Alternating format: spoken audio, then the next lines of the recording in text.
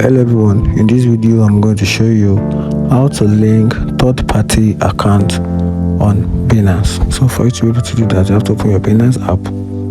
Then once you open it, then you tap at the Binance app logo at the top. You tap on it, then you tap on the user icon. Then you scroll down, okay, then you tap on security. Then you scroll down a little, then you tap on account connection.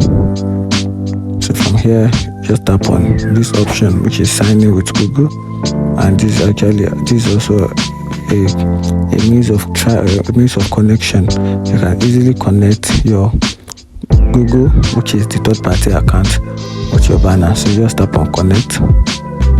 Then you have to sign in through your Google account.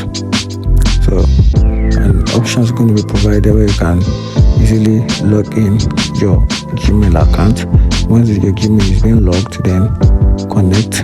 They can easily take the process. Then if you verify the confirmation code, then you can now link your Google account, which is a third-party account, with your Binance account.